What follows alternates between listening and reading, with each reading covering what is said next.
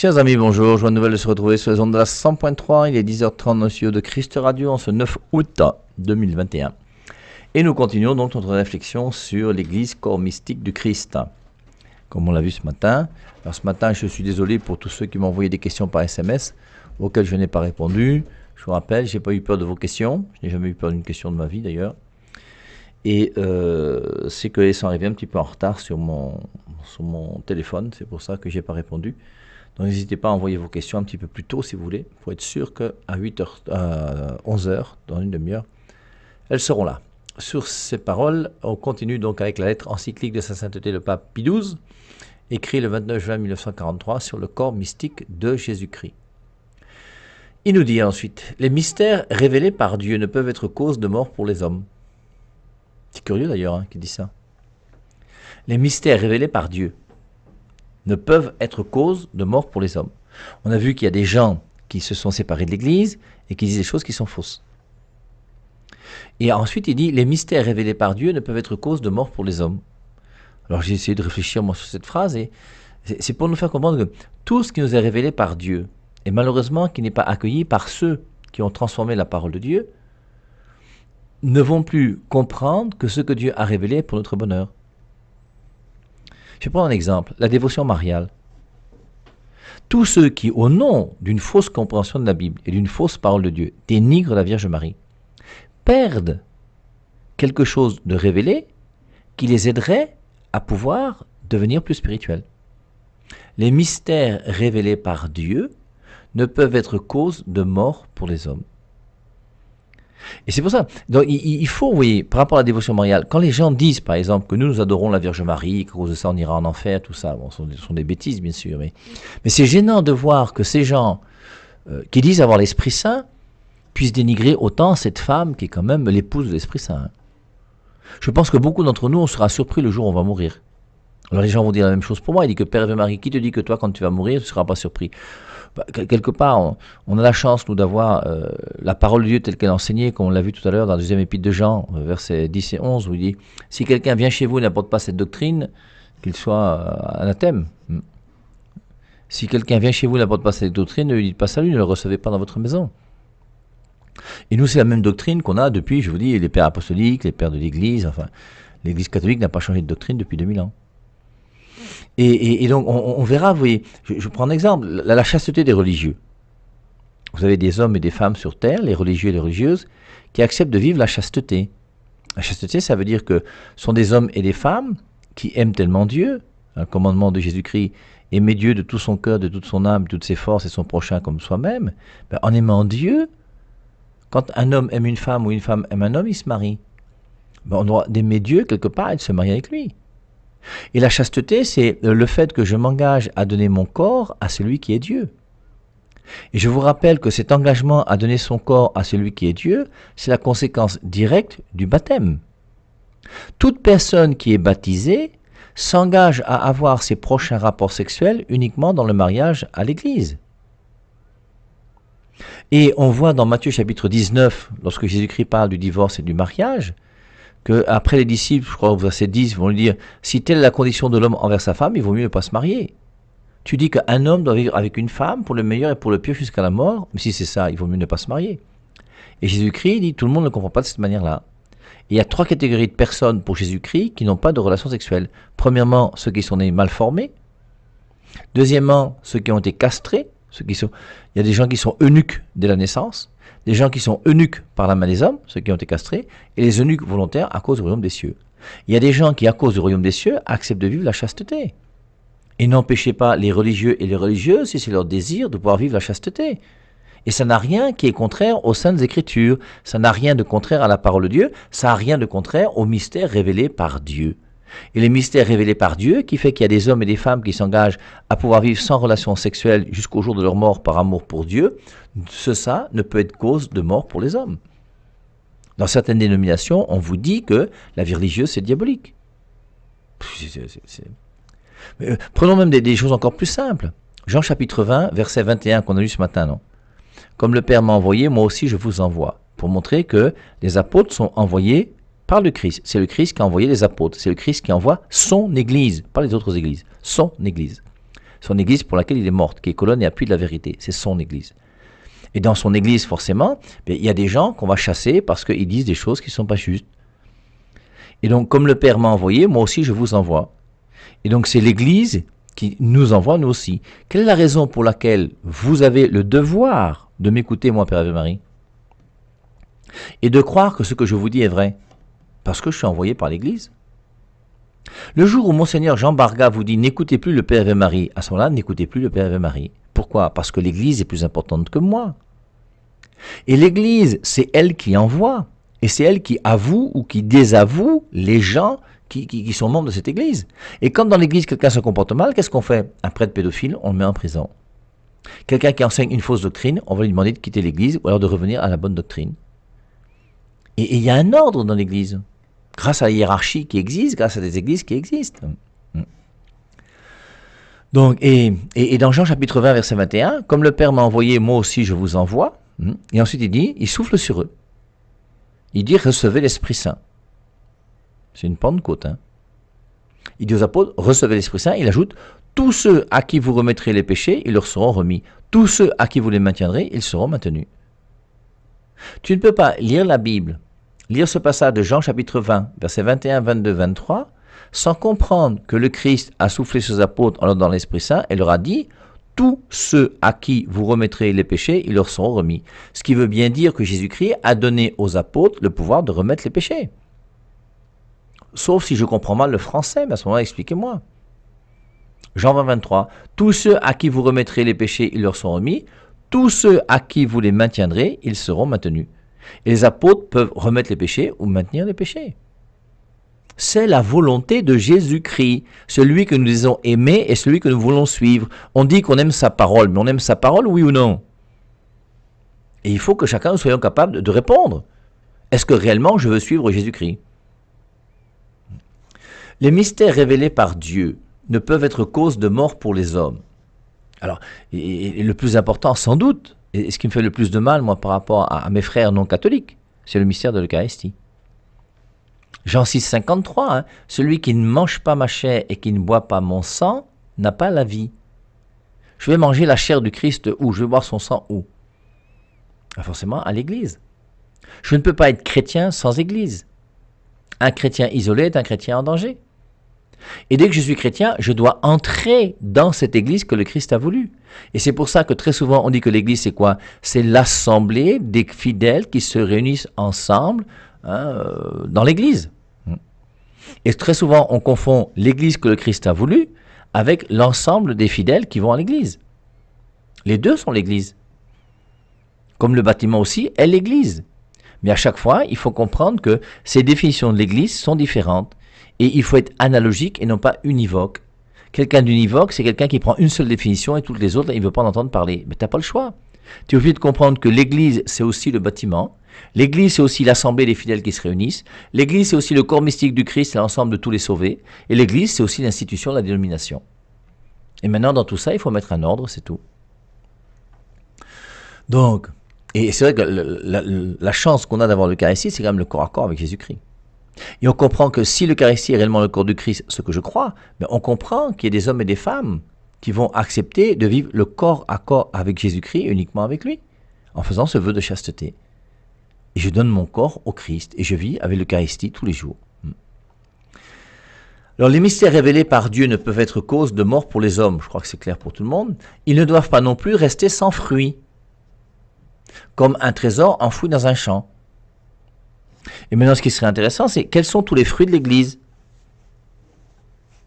Alors, si on prend les djihadistes, c'est couper la tête des gens, donc c'est quand même abominable.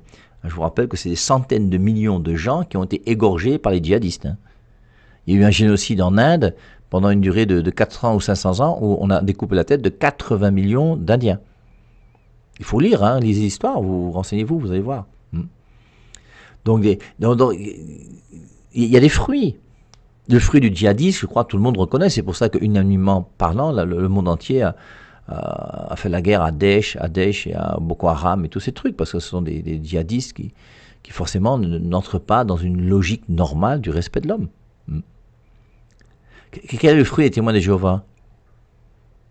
Les témoins de Jéhovah ont combien de d'établissements scolaires?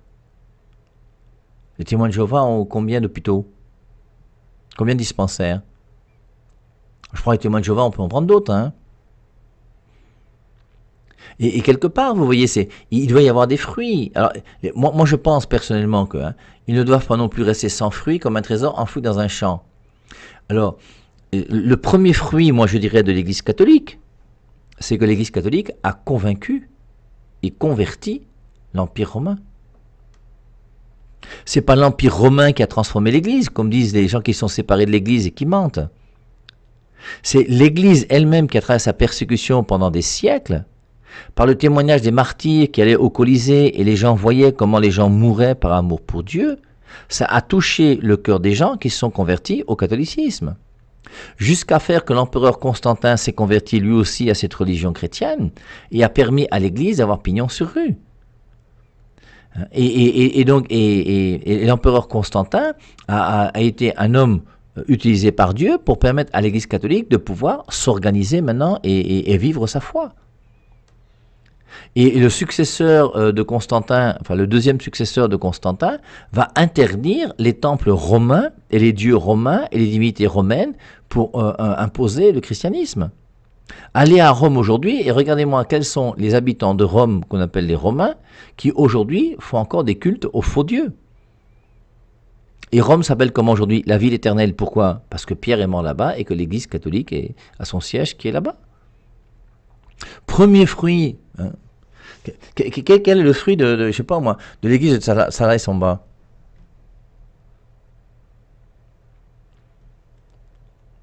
Bon, dans les nouvelles églises, il y a beaucoup de gens aussi qui ont divisé quand même les couples, les foyers. Tu as un serpent dans le ventre, c'est ton mari qui te l'a donné. Des enfants qui commencent à prendre leurs parents pour des diables et des démons parce que on dit qu'ils adorent la Vierge Marie. Mais regardons objectivement quels sont les fruits. Vairacon Tropicana, c'est quand même une église qui, comme dit Amadeus Josselin, non, ces églises sont des églises qui durent en général 2 ou 3 générations. J'aimerais que quelqu'un puisse me dire aujourd'hui où se retrouve la CMCI, dont le fondateur est Zacharias Tanefomoum, qui était à Etukebe, qui était professeur à l'université. Il a fondé la CMCI, il était jusque dans 50 pays différents. Il est mort depuis une quinzaine d'années, et depuis qu'il est mort, j'aimerais savoir où est-ce qu'est devenue la CMCI. Et forcément, la CMCI est certainement devenue la CMCI A, CMCI B, CMCI D, CMCI E, F, G, H. Comme dans l'EPC, on devient EPCO, EPCA, EPCD, EPC, je sais pas quoi. Un pasteur n'est pas d'accord avec un autre, il fonde son église, il dit, hein, dans l'église catholique, c'est pas comme ça. Et il y a quand même une unité dans l'église catholique qui est liée justement à cette hiérarchie et cette institution qui existe avec une autorité qui est là. Et je suis persuadé que toutes les autres églises envient l'Église par rapport à son autorité. En plus, ce qui est curieux même, vous voyez, c'est que nous on parle du dogme de l'infaillibilité pontificale. Alors nous, sur la 100.3, on sait que c'est même biblique puisque c'est Luc 22, 32. J'ai prié pour toi, Pierre, afin que ta foi ne défaille pas et quand tu seras revenu, raffermis tes frères. Voilà ce que Jésus-Christ a dit. Mais Amadeus Josselin nous dit que dans les petites églises que lui il a fréquenté beaucoup d'églises pendant 30 ou 35 ans, à droite, à gauche, il est parti un peu partout. Mais il dit, vous avez des pasteurs dans ces nouvelles églises, mais qui sont de véritables gourous, pire que l'infaillibilité pontificale. Hein. Et si tu t'opposes à un pasteur, on commence déjà à te mettre un petit peu de côté. Il y a une intransigeance intellectuelle, quelquefois, qui est terrible. Il y a même, moi j'ai entendu parler de certaines églises, où on demande aux gens de signer un papier comme quoi ils seront toujours d'accord avec la vérité du pasteur. C'est bizarre, hein? Donc, quels sont les fruits? Les fruits de l'Église catholique, premièrement, pour moi, c'est la conversion de l'Empire romain. Et ensuite, deuxièmement, je vous dis, quand je suis venu ici au Cameroun, j'ai vu comment Monseigneur Lambert Van Egen, à l'est du Cameroun, a construit énormément de paroisses dans lesquelles il mettait un dispensaire et une école. Le nombre d'écoles, le nombre de dispensaires. Et quand l'Église catholique fait un dispensaire, une école, c'est pas premièrement pour gagner de l'argent. C'est premièrement pour permettre aux gens d'apprendre à lire et à écrire, pour permettre aux gens de se soigner. On ne demande pas dans un dispensaire, est-ce que tu es catholique ou est-ce que tu es baptisé pour savoir si on peut te recevoir ou pas. On soigne même les musulmans, on soigne les athées, on soigne même ceux qui nous critiquent. Je suis persuadé qu'il y a même des gens qui nous insultent là, comme catholiques, qui mettent leurs enfants chez nous dans nos écoles. Soyez logique avec vous-même. Donc, et c'est vrai que quand on regarde, l'Église a toujours essayé de vivre en essayant de développer ce qu'il y a autour d'elle. Le nombre de poteaux électriques que Monseigneur Lambert Van Egen a mis à l'est de Cameroun, parce que lorsqu'il mettait une paroisse, il faisait tirer l'électricité. Et lorsqu'il faisait une paroisse, il fallait qu'il y ait à côté un dispensaire pour que les prêtres puissent se soigner. Et forcément, venait immédiatement après une école. Regardons aussi le modèle des hommes de l'Église catholique. Moi, je prends l'exemple de Mère Teresa. Lisez la vie de Mère Teresa de Calcutta, lisez la vie de Saint Jean de la Croix, je sais pas, de Sainte Catherine de Sienne, moi, du curé d'Ars, tous ces saints et toutes ces saintes. Lisez la vie de tous ces martyrs qui ont donné leur vie pour Dieu, Maximilien Kolbe. Mais c'est quand même une floraison de gens qui quand même ont vécu une vie édifiante et très belle. Et quand quelqu'un vous dit Mère Teresa a été baptisée pas par immersion totale, hein. Le pape Jean-Paul II n'a pas été baptisé par immersion totale. Et vous allez me dire qu'ils n'ont pas l'Esprit Saint? Et quand même, il faut mettre les choses au clair. C'est pour ça qu'un seul baptême, une seule fois, un seul Seigneur, le seul baptême, ce n'est pas le baptême par immersion totale dans l'eau, que les choses soient claires. C'est le baptême chrétien qu'a reçu Mère Teresa et Jean-Paul II et Père Hervé Marie. Parce que moi-même, j'ai reçu le baptême par aspersion, après 2 jours. J'en profite pour vous dire que je suis né le 28 août. Dans quelques jours, c'est mon anniversaire. Et le 30 août, j'ai été baptisé. Parce qu'il semble qu'à ma naissance, j'ai eu quelques difficultés au niveau de ma santé. Et donc, on m'a baptisé très tôt. Je suis né le 28 août et 48 heures plus tard, j'étais baptisé parce que je crois qu'on a eu peur que je puisse mourir. Et je restais en vie. Et forcément, le baptême que j'ai reçu, ensuite, après le baptême, j'ai reçu la communion, la confirmation, le sacerdoce, tout ça. Vous n'allez pas dire quand même que c'est inexistant parce que j'étais baptisé par aspersion et d'être baptisé par immersion quand même. Donc tout ça c'est pour montrer les fruits, il doit y avoir des fruits. Quels sont les fruits? Et dans ton église là où tu es, toi aussi, quels sont les fruits? Moi je suis heureux de voir qu'il y a des églises, que les adventistes ont des écoles. Tu sens qu'au moins ils sont intéressés par la jeunesse et pour les éduquer. Il y a un hôpital là, du côté du demi-échangeur, là, je crois, qui est pentecôtiste, qui semble que c'est un très bon hôpital. Et ça c'est une bonne chose, c'est des choses bien. Et il faut que les églises continuent à faire des œuvres. Les témoins de Jéhovah, eux, on a l'impression qu'ils ont quand même leurs pontes qui sont là-bas à Brooklyn et qui publient des documents qui leur coûtent pas très cher et ils essaient de faire un bénéfice dessus. Je ne sais pas pourquoi d'ailleurs et pour faire quoi avec. Mais on ne voit pas beaucoup de dispensaires des témoins de Jéhovah. D'écoles des témoins de Jéhovah. C'est bizarre. Les musulmans, c'est l'école coranique dont tu es obligé de... Mais c'est dommage que les musulmans n'aient pas des écoles publiques où on enseigne le français, l'anglais, je ne sais pas quoi encore. Tout cela a longuement pesé devant Dieu pour que la beauté sans égale de l'Église brille d'un nouvel éclat, pour que la noblesse éminente et surnaturelle des fidèles, unis à leur chef dans le corps du Christ, apparaisse avec plus de clarté, enfin pour barrer la route aux multiples erreurs en cette matière. Nous avons considéré comme un devoir de notre charge pastorale d'exposer à tout le peuple chrétien, dans cette lettre encyclique, la doctrine du corps mystique de Jésus-Christ et de l'union, dans ce même corps, des fidèles avec le divin Rédempteur, et de tirer en même temps de cette suave doctrine quelques enseignements, grâce auxquels une étude plus approfondie de ce mystère produira des fruits encore plus abondants de perfection et de sainteté. Toujours la même chose, donc... il a paru bon à ces responsables de l'Église de pouvoir dire quelque chose de clair sur l'Église afin qu'il y ait moins d'erreurs. Dès que nous nous mettons à réfléchir sur ce chapitre de la doctrine catholique, se présentent à nous les paroles de l'apôtre, là où le péché a abondé, la grâce a surabondé. Alors pourquoi s'il commence comme ça, je ne sais pas. Mais c'est comme si le pape voulait nous faire comprendre que, très bien, on va parler de l'Église catholique, qui enseigne la vérité. Mais il faut savoir que quand même dans l'Église catholique, tout n'est pas clair. Là où le péché a abondé, la grâce a surabondé. Et le péché a abondé comment? À cause de Adam et Ève et du péché originel, si bien que Romains 3, 23, tous sont péchés et sont privés de la gloire de Dieu, et la grâce a surabondé grâce à Jésus-Christ dans son Église. Et c'est vrai que la grâce, ce qu'on dit dans Jean chapitre 1, non, dans le prologue, je ne sais plus exactement quelle est la référence de Jean chapitre 1, mais c'est vers la fin, où il est dit... Car la loi a été donnée par Moïse, la grâce et la vérité sont venues par Jésus-Christ. La grâce. Là où le péché a abondé, la grâce a surabondé.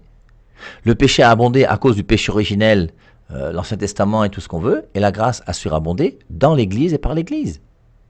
Et c'est pour ça que par l'Église et dans l'Église, qu'est-ce qu'on a? On a des sacrements, et les sacrements c'est quoi? Signes sensibles institués par Jésus-Christ pour donner sa grâce.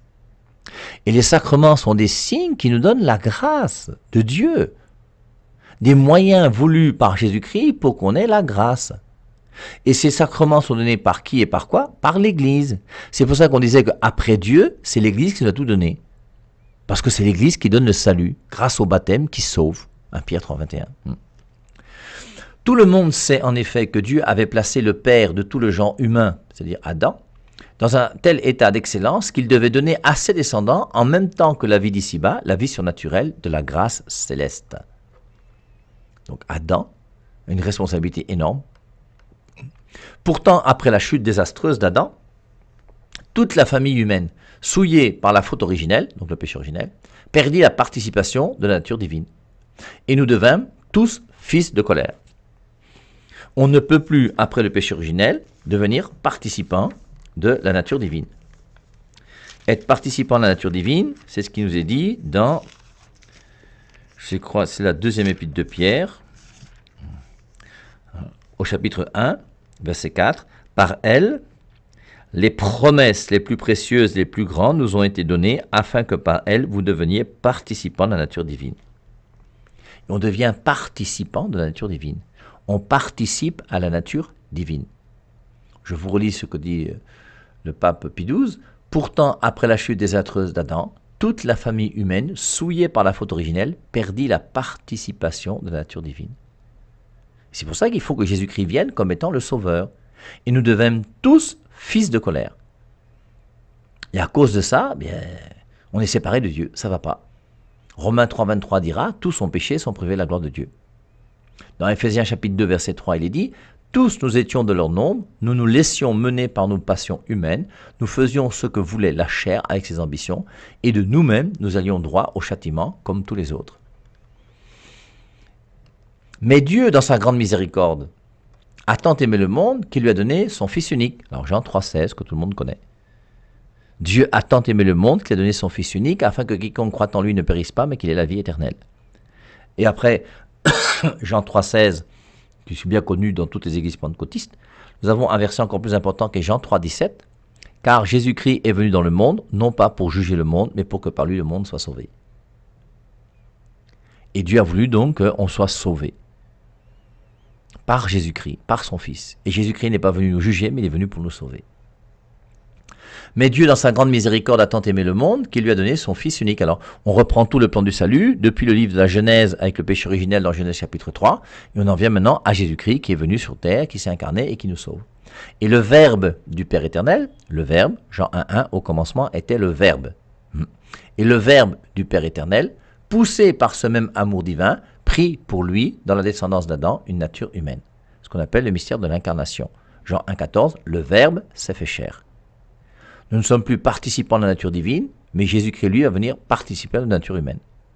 Il va prendre une condition humaine.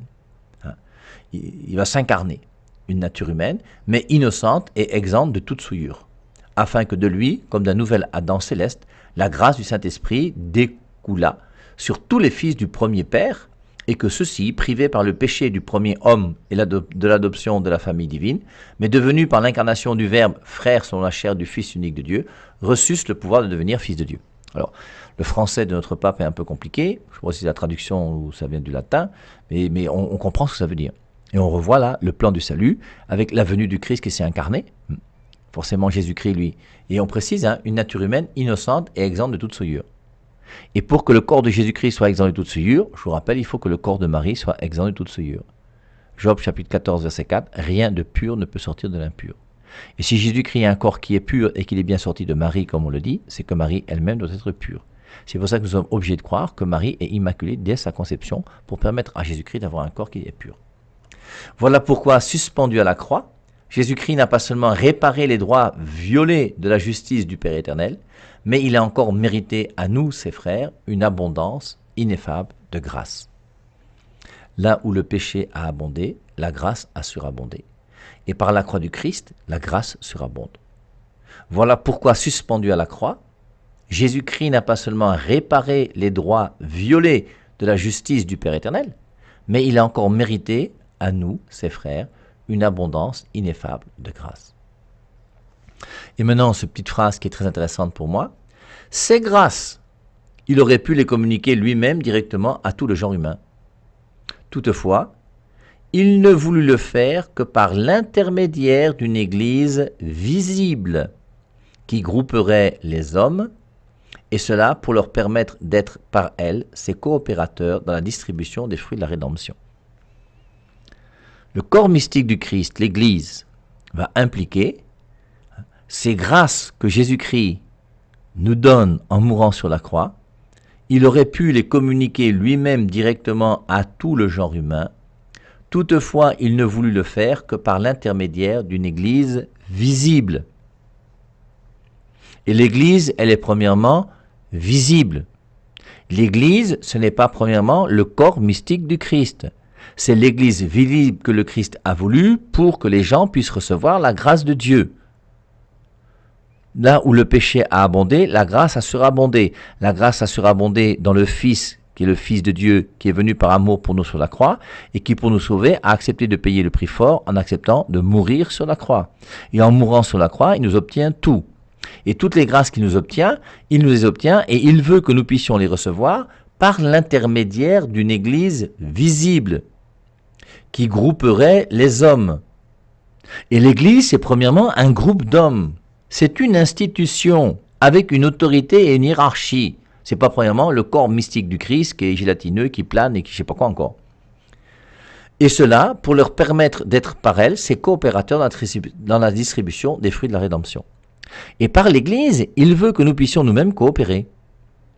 Bon, je pense forcément à Colossiens chapitre 1 verset 24. Je me réjouis des souffrances que j'endure pour vous et j'achève en ma chair ce qui manque aux souffrances du Christ pour son corps qui est l'Église. Nous allons coopérer nous aussi en portant notre croix. Et pas seulement en portant notre croix, en recevant de Dieu les grâces qu'il veut nous donner, et ces grâces qui nous sont données à travers l'Église, notamment à travers les prêtres qui vont faire partie de l'Église et qui vont baptiser, qui vont donner la communion, qui vont donner la confirmation, qui vont nous marier, qui vont donner les sacrements.